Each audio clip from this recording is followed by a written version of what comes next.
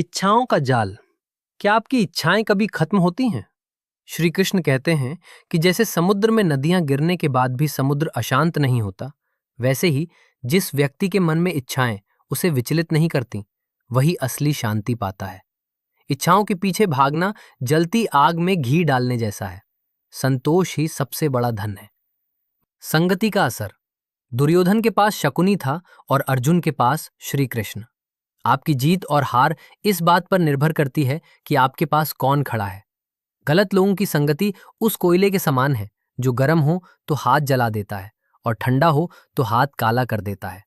हमेशा उनका साथ चुनें जो आपको सही राह दिखाए। अहंकार का विनाश। अहंकार मनुष्य का सबसे बड़ा दुश्मन है। जब इंसान को लगता है कि सब मैं कर रहा हूं, वहीं से उसका पतन शुरू होता है। श्री कृष्ण ने गोवर्धन पर्वत उठाकर इंद्र का अहंकार तोड़ा था। याद रखिए, आप सिर्फ एक निमित्त मात्र है, कर्ता तो ईश्वर है। झुकना सीखें, क्योंकि फलदार वृक्ष हमेशा झुके रहते हैं। मौन की शक्ति। हर बात का उत्तर देना जरूरी नहीं, कभी कभी चुप रहना सबसे कड़ा जवाब होता है। श्री कृष्ण ने शिशुपाल की 100 गालियां चुपचाप सुनी थी। मौन हमें भीतर से मजबूत बनाता है और हमारी ऊर्जा को बचाकर रखता है। जहां शब्दों की कद्र ना हो, वहां मौन ही सबसे श्रेष्ठ है। वर्तमान में जीना। हमारा आधा जीवन बीते हुए कल के पछतावे और आने वाले कल की चिंता में बीत जाता है। श्री कृष्ण कहते हैं कि आज ही सत्य है। जो बीत गया वो आपके वश में नहीं, जो आने वाला है वो अभी आया नहीं। केवल वर्तमान का ये क्षण आपके हाथ में है। इसे खुलकर जिएं और मुस्कुराएं। धैर्य की परीक्षा। जब समय आपके विरुद्ध हो तो समझ लें कि ईश्वर आपकी परीक्षा ले रहे हैं।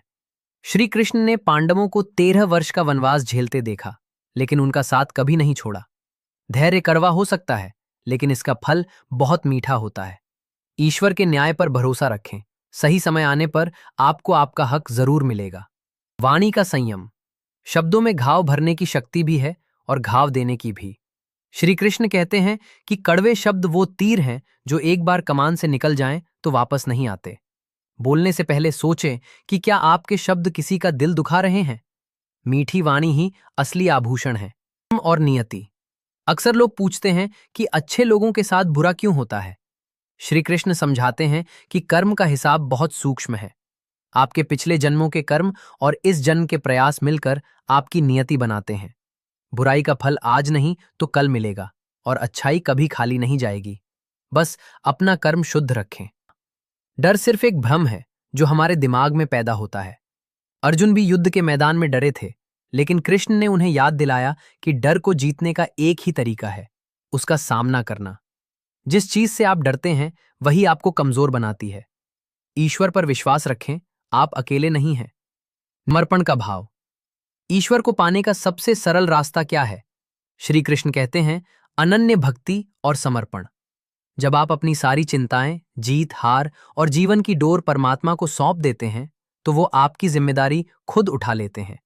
समर्पण हारना नहीं, बल्कि सर्वशक्तिमान की शरण में जाना है। भक्ति और शांति की राह पर चलने के लिए हमें सब्सक्राइब करें। राधे राधे।